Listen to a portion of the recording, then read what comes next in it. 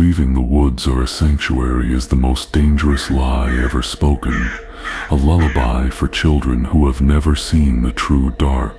The silence you seek among the ancient trees is not empty. It is listening, it is watching. The soil is not merely earth. It is a sponge saturated with forgotten screams, with the dried blood of rituals that were old when the mountains were young. For years, I have listened to the whispers that cling to the pine needles like frost, the secrets buried beneath the roots, secrets the crows guard with their obsidian eyes. They tell me of the men and women who wear a uniform, believing it a shield. They call themselves rangers, guardians of the green, but they are merely witnesses. Witnesses to the forbidden things that stir when the sun bleeds out behind the horizon. Tonight, the shadows have given me leave to speak. I will not tell you stories. I will open a vein and let the darkness flow. These are not tales to entertain. They are echoes from a cracked mirror, reflections of what happens when you stray too far from the firelight and find that the path back has been erased. The voices that have reached me, carried on the cold night air, speak of encounters that leave scars not on the skin, but on the very soul. They are the testaments of those who stood at the threshold, who peered through a creaking door into a reality that operates on older, crueler laws. The men and women in these accounts went into the wilderness as one person and came out as something else, a vessel carrying a chilling memory, a shard of the abyss lodged behind their eyes. So draw the curtains, extinguish the light, let the encroaching darkness be your only companion, for what you are about to hear requires its embrace. What I share now is a truth felt in the marrow of your bones, a cold dread that has no name. Our first descent begins in the suffocating humidity of the southern swamps, a place where the air is as thick as oil and the water hides secrets older than mankind. A young ranger, let us call him Samuel, was tasked with marking ancient cypress trees for preservation. He was a man of logic, of science, a man who believed the world was a collection of things that could be measured and catalogued. The swamp, to him, was an ecosystem, not a crypt, but the swamp had other ideas. It is a place that remembers, and it does not forgive those who walk its murky paths with arrogance. The deeper he went, the more the natural sounds of cicadas and frogs began to curdle. They stretched and distorted, taking on an unnatural metallic timbre, like the broadcast of a radio station from a dead and distant star, a sound that grated on the teeth. Samuel, ever the rationalist, blamed his fatigue, the disorienting heat. He checked his radio, found it silent and cold, yet the sound persisted, a cacophony that seemed to burrow directly into his skull. It was then that a voice detached itself from the static, a single, clear whisper that slithered through the cypress knees and stagnant water. It was a child's voice, yet ancient and filled with a chilling amusement. It did not speak words he could understand, but the emotion was unmistakable, a predator toying with its prey. He felt a coldness spread through his chest, a primal dread that defied all his scientific training. The feeling of being watched was no longer a feeling, it was a certainty. Every shadow seemed to hold a pair of unseen eyes.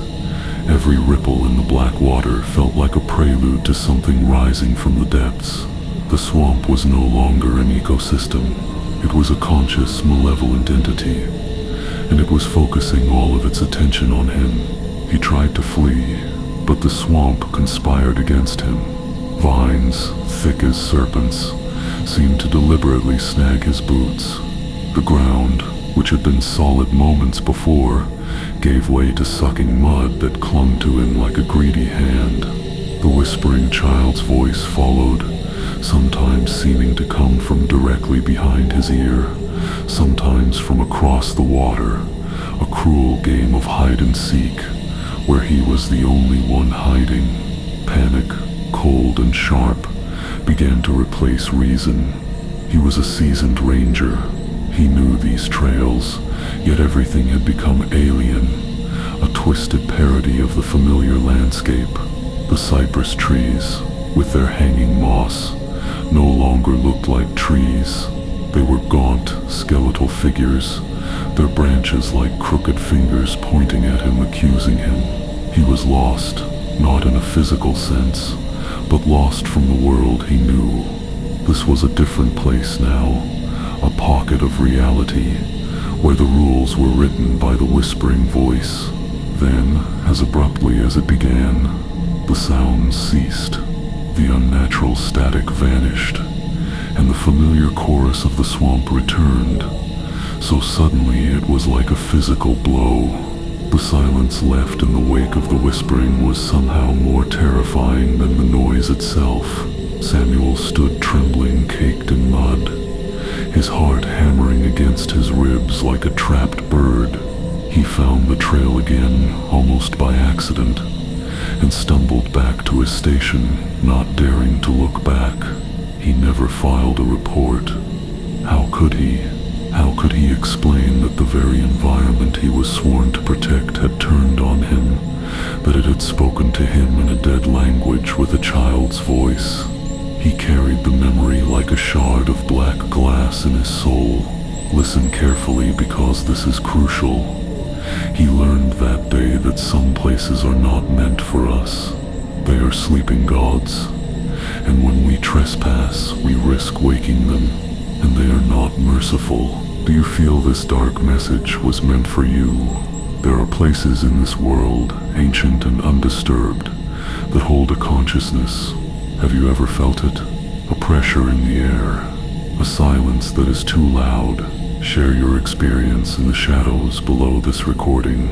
The voice that speaks through me is fed by every soul that joins this congregation. Your subscription, your presence, is a pact. It is a promise to listen to the whispers the rest of the world is too afraid to hear. Every soul that joins feeds the voice that whispers from the darkness, giving it the strength to reveal more secrets that should have remained buried. Now let us leave the humid grasp of the swamp and travel north to the vast, lonely expanse of the Great Plains, where the sky is a crushing weight and you can see the curve of the earth. Here the horror is not of confinement, but of exposure. Our second witness, a ranger named Maria, was on a routine patrol near a stretch of protected grasslands, a place known for its stark, desolate beauty. It was late afternoon, the sun casting long, distorted shadows that stretched like grasping fingers across the plains. She was checking for signs of poachers when she saw it in the distance, a single, unmoving figure standing beside a lone, withered cottonwood tree. This was unusual. The area was restricted, miles from any public access point. Her training kicked in, a mix of caution and authority. She drove her truck closer, the engine the only sound in the vast emptiness. As she approached, the details began to resolve, and a cold knot of dread tightened in her stomach. The figure was a man, but he was dressed in a heavy, dark wool suit, completely inappropriate for the season and the setting. It was pristine, unblemished by dust or travel. He stood perfectly still, his back to her, seemingly staring at the dead tree. Maria stopped the truck a safe distance away and used her binoculars. The man's posture was rigid, unnatural. He wasn't leaning or resting. He was just standing there as if placed by an unseen hand. She called out, her voice sounding small and fragile against the immense silence. "Sir, this is a restricted area. Are you all right?"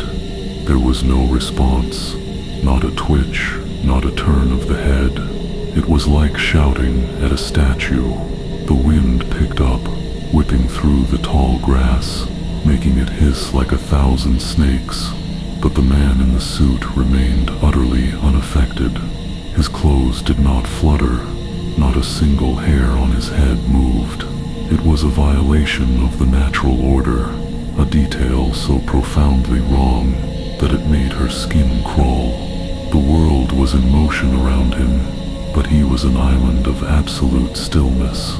A deep, primal instinct screamed at her to leave, to drive away and never look back.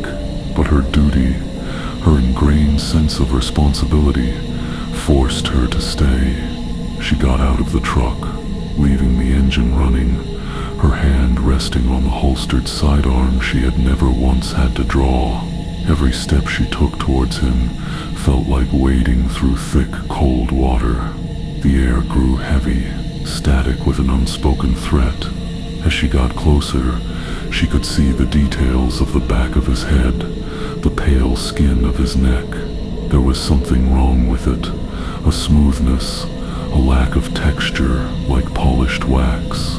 The sight was so repellent, so fundamentally inhuman, that she stopped dead in her tracks, about 20 feet away. She was about to call out again, to demand he turn around when he finally moved. It was not a turn. It was a slow, deliberate tilt of his head, backwards over his shoulder, at an angle a human neck should not be able to achieve. His head swiveled until he was looking directly at her, but his body remained facing the tree. And the face, oh, the face was a nightmare carved from forgotten fears. It was smooth, devoid of pores or blemishes, like a mannequin's, but the eyes were black pits, devoid of light or reflection, and the mouth was stretched into a smile so wide it reached his ears. A perfect, symmetrical crescent filled with teeth that were too long, too numerous, too sharp. It was not a smile of joy or greeting. It was the smile of a predator that knows you have seen it, that knows you are helpless, and that is savoring the moment of your absolute terror. Maria didn't even scream. The sound was frozen in her throat. She simply turned, scrambled back into her truck, and drove. She did not look in the rearview mirror, but she could feel that wide, terrible smile burned into the back of her mind, a permanent scar on her sanity. She drove until she hit the main highway, the needle of the speedometer trembling at its limit. She never stopped, not until she reached the lights and noise of the nearest town. She quit her job the next day, abandoning a career she had loved. She moved to a crowded city, surrounding herself with people and noise, a desperate attempt to drown out the memory of the profound silence of the plains and the impossibly still man with the smile that was not a smile. She knew with a certainty that chilled her to the bone that the thing she saw was not a man. It was something wearing a man's shape, a skin, and it was waiting for something out there in the lonely places. What the stars don't tell you openly is that there are things that walk among us that are only wearing our faces as a convenience, a mask to hide the void beneath. They are the reason our ancestors feared the wilderness, and we have forgotten their warnings at our own peril. The third testament comes from the jagged, snow-capped peaks of the Rocky Mountains, a place of breathtaking beauty and lethal indifference. A veteran ranger, a man we'll call Alistair, was leading a search and rescue mission for a hiker who had been missing for 3 days. The weather was turning, a blizzard churning in the distance, lending an urgency to their search. Alistair was a man who knew the mountains as well as he knew his own face in a mirror. He could read the trails, the weather, the very mood of the stone and ice. But on this day, the mountain felt different. It felt hostile. The wind whispered through the pines, not with its usual mournful sigh, but with something that sounded like a warning, a hiss to turn back. The air was thin and bitingly cold, But there was another coldness present, one that had nothing to do with the temperature. It was a spiritual cold, an ancient emptiness that clung to the granite cliffs. They found the hikers' abandoned tent near a high-altitude pass. It was ripped open, not by a bear or a mountain lion. The tears in the fabric were too clean, too precise. The hiker's gear was scattered, but nothing of value was taken. His pack, his food, his expensive sleeping bag were all there, half buried in the snow. It was as if he had fled in a blind panic from something inside his own tent. Near the opening, Alistair found something that made the blood in his veins turn to ice. Scrawled in the snow, clearly and deliberately, was a single large symbol. It was not a letter from any alphabet he knew, not a native sigil he had ever seen.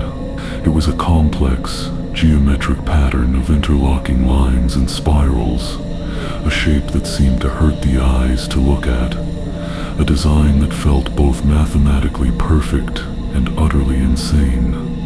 It was a symbol of pure wrongness. As Alistair stared at the glyph, a strange sensation washed over him, a profound sense of vertigo, as if the mountain itself were tilting beneath his feet. The edges of his vision seemed to warp and shimmer, and for a fleeting moment, the snow-covered peaks around him were replaced by a vista of black, alien spires under a dying purple sun.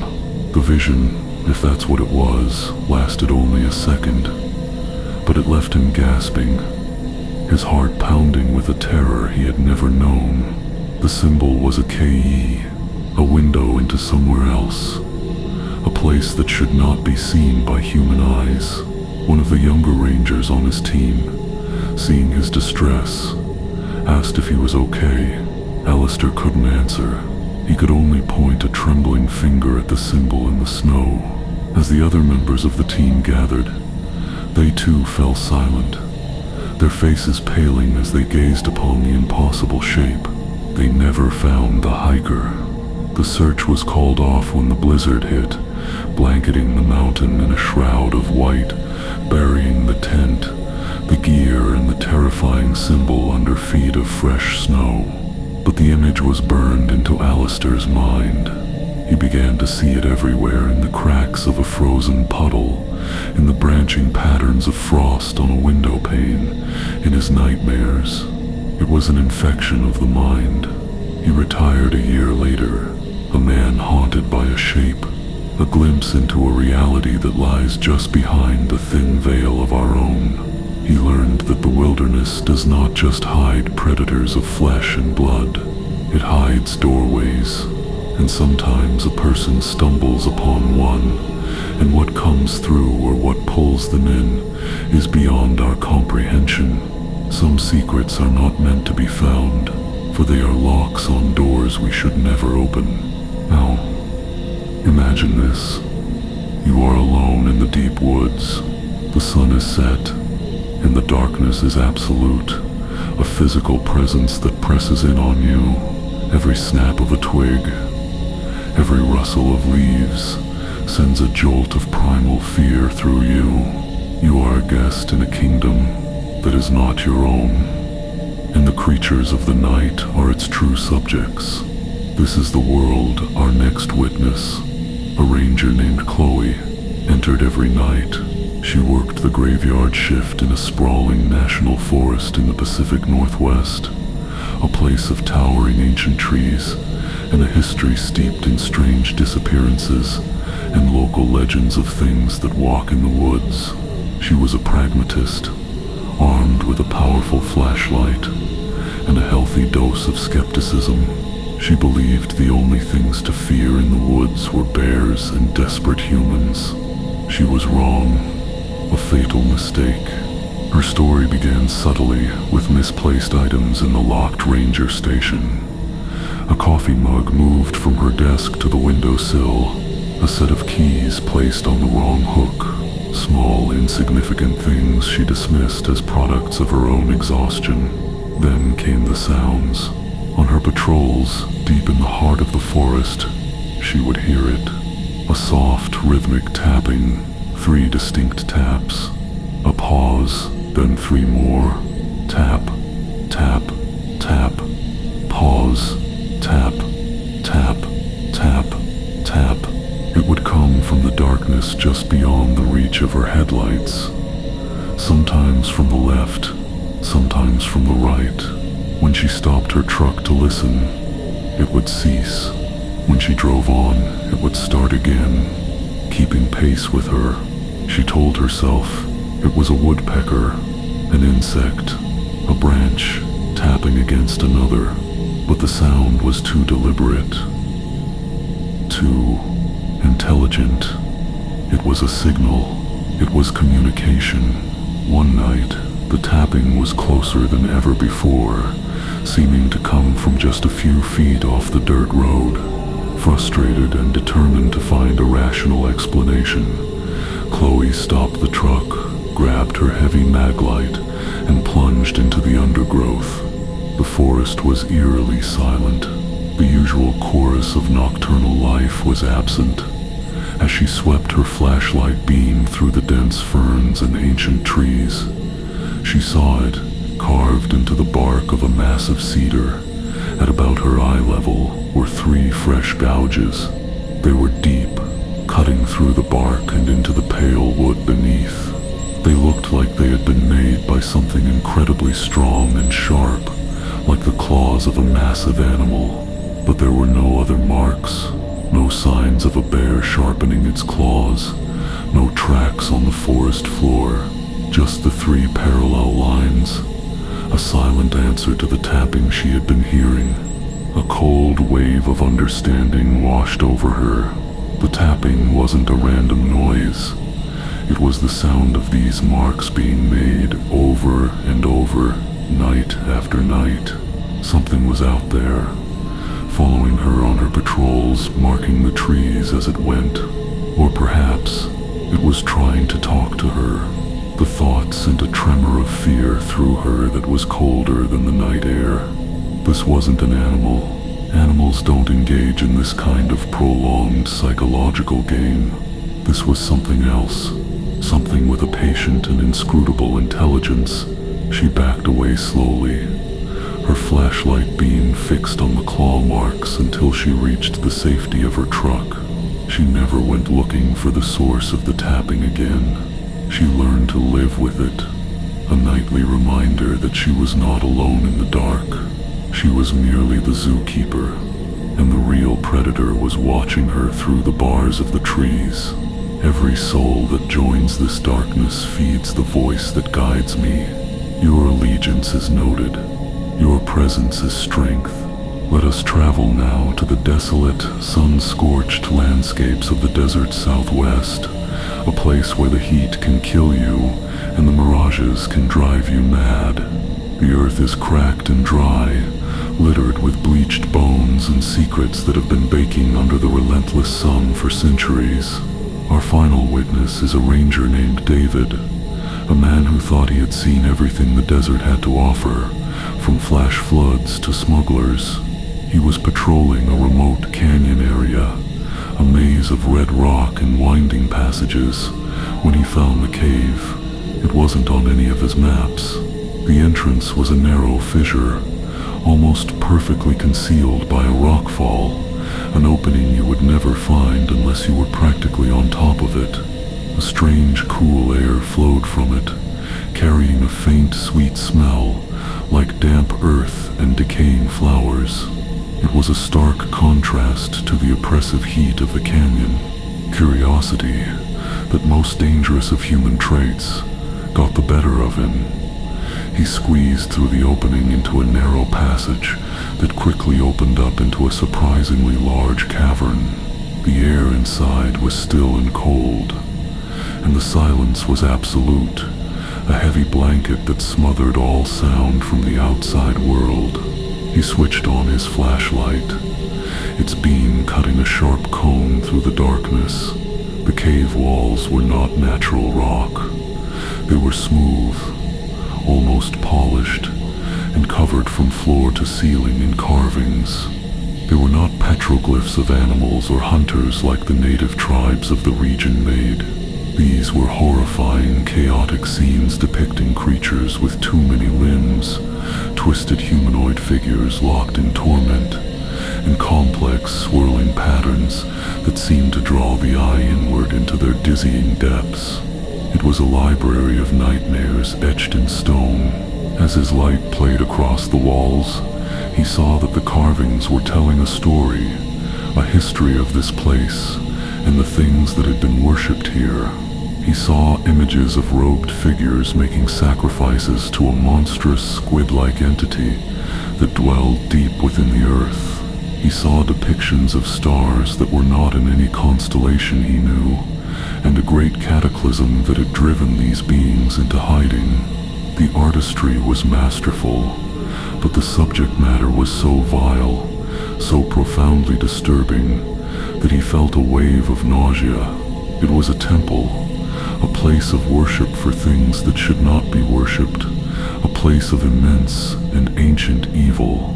The sweet, cloying smell was stronger here, and he realized with a jolt of horror that it was the smell of death, but a death that was ancient, preserved in the cold, dry air.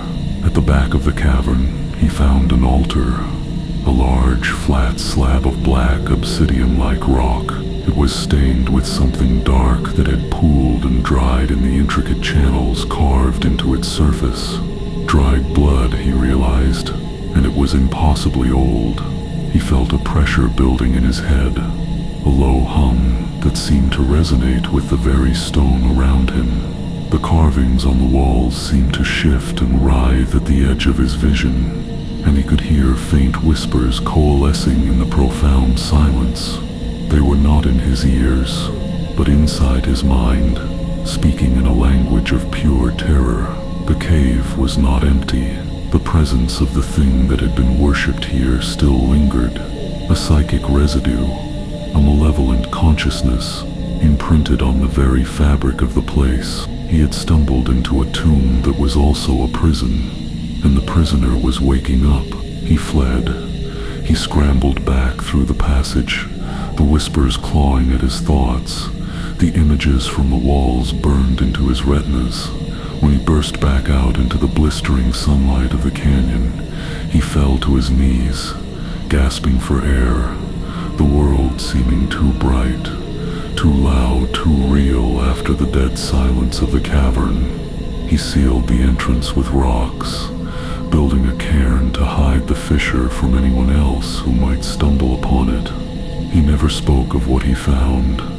He knew that some knowledge is a poison, and he had drunk deeply from a poisoned well. The truth is, there are places on this earth that are fundamentally unholy. They are scars from a time when different, darker things ruled the world, and their power still sleeps there, waiting. He had found one such place, and it had left its mark on him forever, a cold spot in his soul that would never again feel the warmth of the sun. These testaments, these whispers from the edge of the map, are not isolated incidents. They are a pattern, a dark tapestry woven from the experiences of those who guard the wild places. They are a warning that our world is not as solid, not as known as we pretend it is. The thin veneer of science and civilization we have built is just that, a veneer. And in the deep woods, the empty deserts, the high mountains, and the murky swamps, that veneer is thin enough to tear. What these rangers encountered were not ghosts or simple cryptids. They were encounters with the other, the fundamental wrongness that exists just outside our perception. The child's voice in the swamp, the smiling man on the plains, the symbol in the snow, the tapping in the woods, the carvings in the cave. They are all different dialects of the same terrifying language. It is the language of the abyss, the primal chaos that existed before our world took shape, and it is still here, seeping through the cracks. The park rangers, in their lonely vigil, are the ones who stand closest to those cracks. They are the sentinels on the wall, except the wall is crumbling and they do not even know what it is they are guarding against. They go out armed with radios, maps, and firearms, tools for a world of predictable dangers. But these tools are useless against a smile that breaks the rules of anatomy, against a whisper that travels on no wind, against a symbol that can break your mind. They are facing a force that is not hostile in a way we can understand. It is simply alien. Its motives, its desires, its very existence are beyond our ken. To it, we are no more significant than ants, and our fear is merely a curiosity. So what can we learn from these dark visions? We learn that arrogance is our greatest weakness. The belief that we have mapped and conquered this world is a fool's dream. We are tenants on a planet we do not own, living in a small, well-lit room in a vast, dark house, and sometimes the door to another room creaks open. The rangers in these stories were lucky. They saw and they survived, though they were left scarred and haunted. They carry a piece of the darkness with them now, a constant reminder of the fragility of their reality. Others are not so lucky. For every ranger who comes back with a terrifying story, how many simply don't come back? How many missing persons cases in national parks are not accidents or animal attacks, but something else entirely? How many are simply taken, pulled through one of those cracks into a place from which there is no return? The next time you walk in the woods, remember these whispers. When the birds fall silent and the air grows still, do not dismiss it. It is a sign. You are being watched. When you hear a sound you cannot explain, do not rationalize it away. It is a voice from the other side of the veil, and it may be calling your name. The world is older and stranger than you can possibly imagine. Do not make the mistake of thinking you are safe. Safety is an illusion. There are only the watchers and the watched, and in the wild, lonely places of the earth, you are never either the watcher, you are the prey. And the predators are not always made of tooth and claw. Sometimes they are made of silence, and shadows, and a smile that is far too wide. Go now, but understand that the darkness has seen you listening. It remembers your name. Walk carefully, for the path ahead is now and forever haunted by the echoes of what you have heard here tonight. Do you feel this dark message was meant for you? Let the shadows below know.